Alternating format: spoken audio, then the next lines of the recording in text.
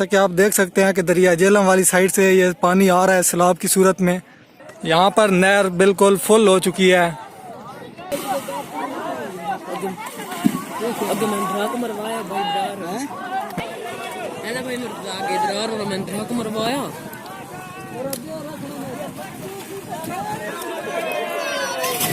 तो एक दोस्त से मिलते हैं, इनसे पूछते हैं कि इन दिनों आप कैसे एंजॉय कर रहे हैं, सैलाब की आमद है, आपको परेशानी टेंशन नहीं है?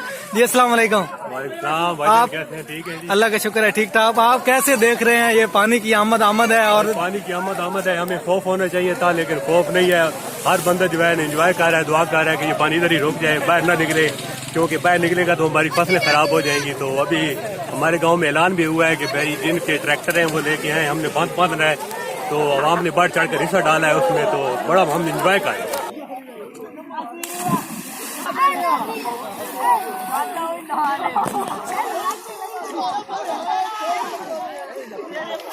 ये जंप लगा रहे हैं जी।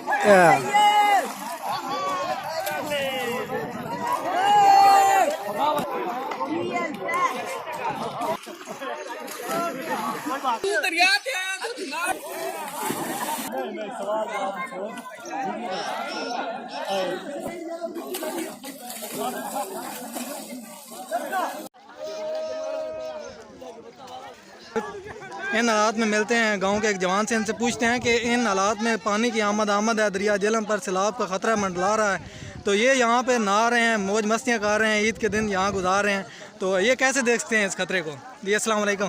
वालेकुम अस्सलाम। तो आप ये बताएं कि सैलाब की आमद है तो आपको ख़तरा नहीं हो रहा और आप इधर सारे घूम रहे हैं, यहाँ कोई डूब जाए बच्चा तो फिर यहाँ इन सबको तैरना आता है? ये सब तैराकी का जानते हैं और इधर एंजॉयमेंट कर रहे हैं। अभी ईद का दूसरा दिन है तो मज़े लूट रहे हैं। वैसे तो आजकल कोरोना की वजह से सारा सिस्टम बंद हुआ है, तो ये एक पहला मिला है ये मौका जो एंजॉय करने का।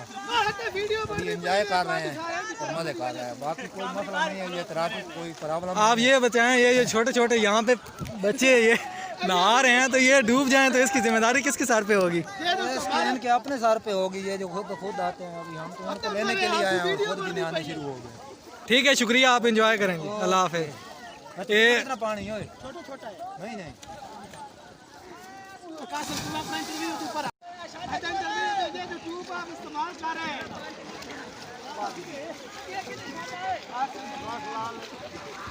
झेलम के साथ मुल्हिका नहर पर बच्चे गांव के आकर नहा रहे हैं, छोटे छोटे बच्चे जंप लगा रहे हैं, नहा रहे हैं, इनको कोई खौफ नहीं आ रहा।